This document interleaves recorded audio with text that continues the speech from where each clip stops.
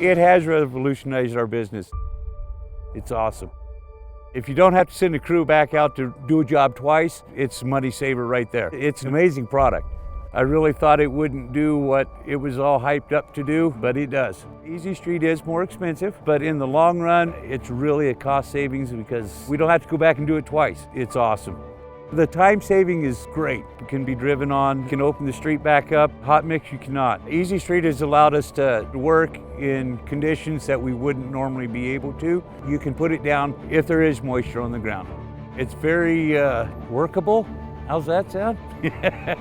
No matter what the temperature is. It sets up just exactly like it's supposed to. When it's the melting process for the snow, this stuff goes right in and works great.